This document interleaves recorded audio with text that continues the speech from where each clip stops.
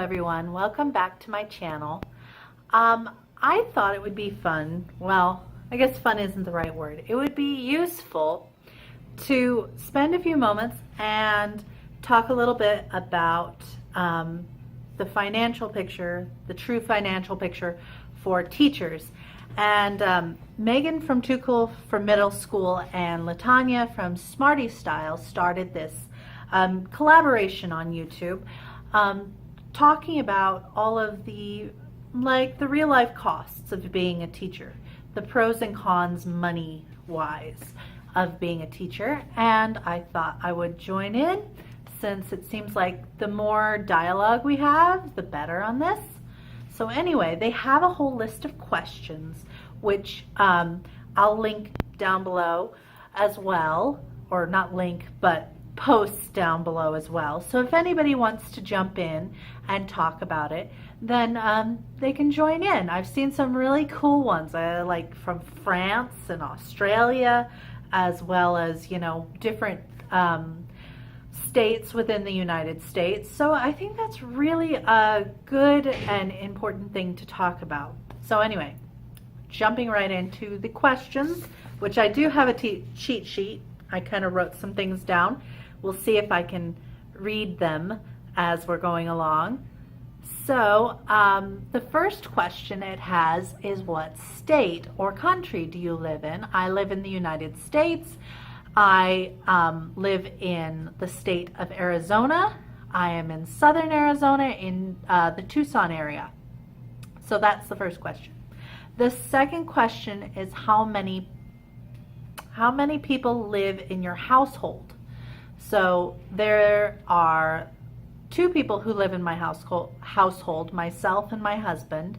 We also have a dog and a cat, and right now I'm boarding the classroom fish. Usually it lives over there. I'm in the back of my classroom, by the way. So anyway, those are how many people live in my household. Are you a single or double income household? We are a double income household. My husband works for a mail order pharmaceutical company, the mail order pharmaceutical company that is part of United Health, the insurance company. So we're a double income household. Do you own or rent? We own our house. We just went through the process of buying a house this last January. So it's kind of new to us. We've always rented. We have a 3-bedroom house, and on, I think it's a quarter of an acre. I'm not sure. It's a fairly good backyard. Not too big, but it's a good backyard. Yeah. Number 5 is, what is your highest level of education? I have a bachelor's degree and a certification to teach elementary school.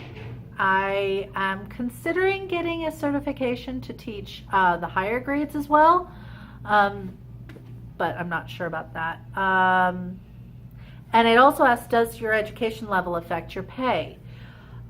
It does, to a certain extent. So people with a master's or a specialist or a PhD can use that as a negotiating platform, but it is not it's not a dramatic increase. So not quite enough for me to go back and get my master's or anything like that, because it would actually be costing me way more to take out student loans and go through the whole college thing than it would actually benefit me, at least in my district and with my situation. Number 6, how much did it cost for you to attain your degree? And I have to do a little explaining, a little context here, so sorry if I'm a little talky. So I didn't start college until I was 25. I moved from Kentucky, where I lived in the backwoods, and there was like nowhere around there to go to school. So I moved from Kentucky to Arizona, where I lived with my grandparents so that I could start attending the community college here in Arizona. I was able to get Pell Grants because one, I was dirt poor.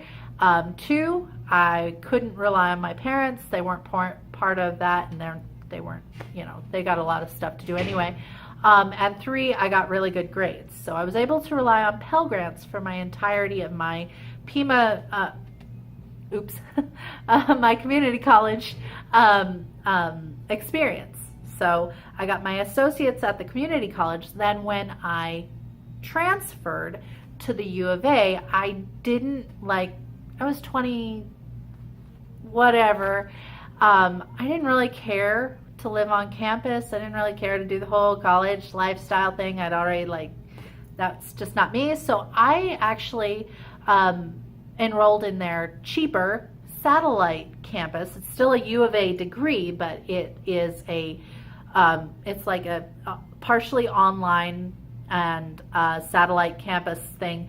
So it was cheaper. I also was able to take advantage of Arizona has what is called the Teach Grant incentive, which basically teachers, people who are going into the teaching profession, can agree to either work in high needs schools or in high needs fields for the first 4 years of their teaching career, and as long as they continue to work at there's a certain level you have to be able to work at for 4 years. The student loans that you would have used, it basically pays for your credentialing program and for your bachelor's degree. So I was able to take advantage of that. And so I don't currently have any student loan payment. I have taught the last 3 years at a Title I school. And this next coming year, I will also be teaching at a Title I school and therefore fulfill my obligation to the state for my student loans and all my tuition and everything that was part of that. So long story short, I don't have any student loans. I never had to pay for tuition or fees. I did have to pay for my own books. And so anyway, I'm very blessed with that. Yeah, so that's basically the answer to that question. I hope it answers it. Anyway, number 7. How is your How is your salary schedule structured? Starting point, max out salary, annual increases, etc. So I belong to a charter district. It is Title I, but it's a charter district. And we, up to just this last year, did not have a salary schedule. There was a kind of a base understanding of salary, and I came in at that base, which was about $30,000 a year, maybe 31, somewhere around there. And then you could negotiate. So a lot of different teachers I know have negotiated for wildly different salaries based on their experience and their education. Just, all those things that can go into negotiating for a salary and benefits. And just this last year, they've decided to standardize it. And so now there is a salary schedule. And our salary schedule, which will go into effect this coming school year, is the new teacher hire is $35,000 a year. I'm reading from my cheat sheet, and it maxes out at 19 years with $44,500. Our salary schedule is completely focused on years of certified experience as a teacher. It does not specifically talk about additional degrees or courses. I assume that those are still a point of negotiation for different teachers, but I don't know. So basically, I am on the third year, so that's still in the, it's around mid 30 thousands out there. So, oh, and that's the next question. Where are you on your district salary schedule? So actually, I'm kind of super excited because I have absolutely no negotiating acumen at all. So I was kind of excited when we got our salary schedule because it actually means like a $400 jump for me. Well, no, $4,000 jump for me because I will be going from the 3 year on the salary schedule is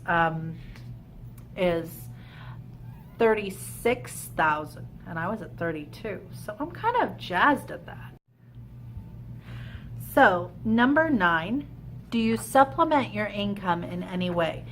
I am teaching summer school, so yes, that's supplementing, and it's mostly because with buying a house comes extra expenses, so yeah, kind of doing that.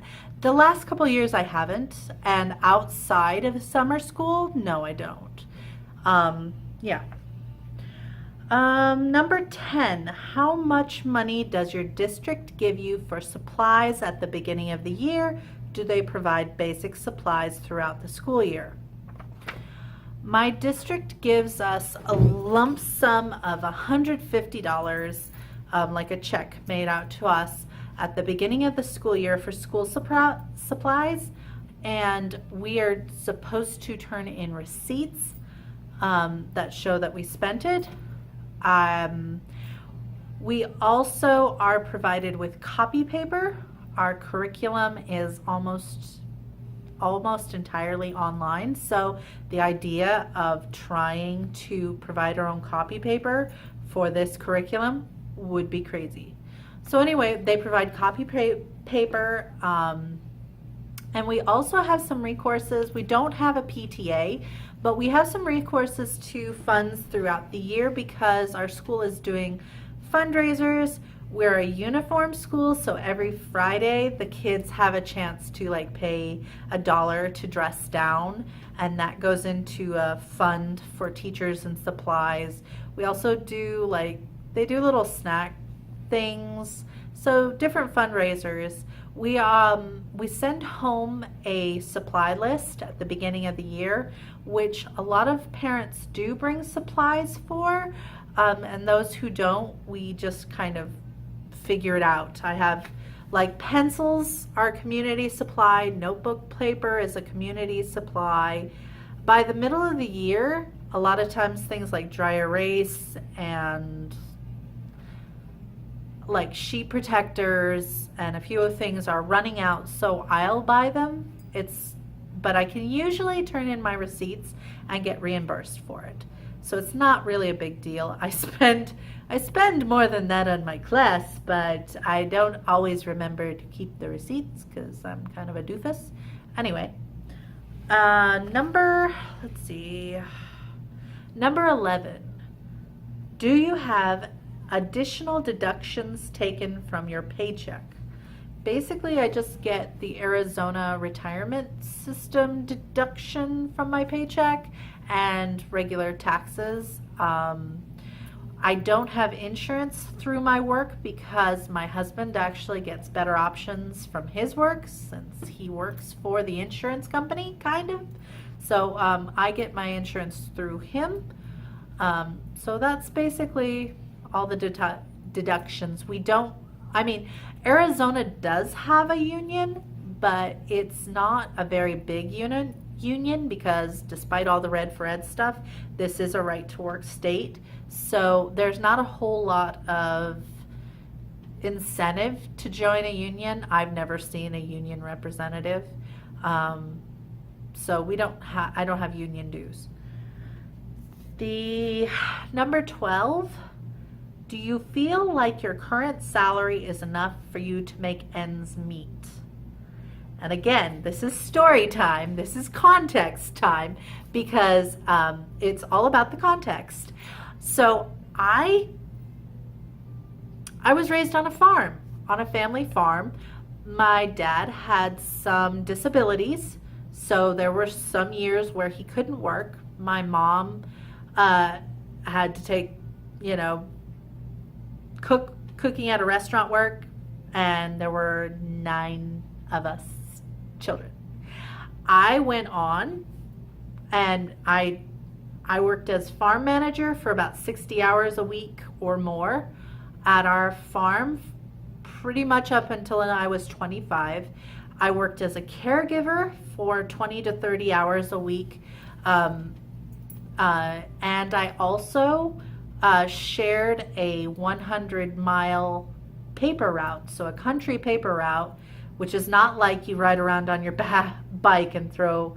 It is not like that. It's like 5 hours a night driving around with loads and loads of papers. So anyway, I worked all 3 of those jobs, and we were dirt poor, like dirt poor. So, and I still made ends meet. That's kind of the point. I made ends meet. It was life. It wasn't like terrible. It was just life. I will say though that I fell asleep at my own birthday party because I was that tired. So anyway, when I say that, I'm giving you context that as far as it goes, the teaching life with this paycheck is like, I'm good living the good life now. This is ritziness for me. I don't know how to put that, but yes, I can make ends meet. Now, if I was not married, I probably would not have bought a house yet. If I was not married, I probably wouldn't do the kind of traveling, or maybe I would make some different lifestyle choices that would not be necessarily as comfortable as I am now. But yes, I could definitely make ends meet. Now, would they be like the same kind of, like I said, the lifestyle would not be like going to having parties and going out for drinks all the time and going traveling and owning a house or whatever, I don't know, but it would make ends meet, yes. Especially since on my own I didn't have any debt. Now, I think we're on number 13, yeah. How many months a year do you receive a paycheck? We are on a 12-month paycheck schedule, so the lump sum, my yearly contract amount, is split up into 12 months of payments. I've never even, until I started watching these YouTube videos about the different, I didn't know that they had a different way of splitting up the paychecks. They just, send me a paycheck every 2 weeks pretty much. So we get paid every 2 weeks or twice a month, and it's for 12 months. So, Number 14, in general, what are your major monthly expenses? Of course, the mortgage, that's probably the biggest expense, especially since we have mortgage insurance that's pretty high right now. And also, my husband does have student loans, which is not a happy thought, because he's working at a job that requires a high school degree. And if he was to go and use what he got a master's in to get a job at an entry level at what he got a master's in, he would take a significant pay cut, which is why he's not at all motivated to go and seek a job in what he has a master's in. So we are paying student loans for that unused master's. Ugh. Anyway. Yes, and utilities because I live in Arizona and it is hot and it takes a lot to run the AC. So those are my major monthly expenses. And we still got a couple questions. Number 15, are there any financial goals that you are still working towards? Of course, paying off all that debt. I want to start investing. I want to have a security, like a buffer, you know, whatever that security amount is in the bank account. Of course, I have plans for home improvement, plans for travel. There's lots of things to plan for. Lots of goals to go for. And then number 16, what is the biggest piece of financial advice that you would offer someone considering teaching?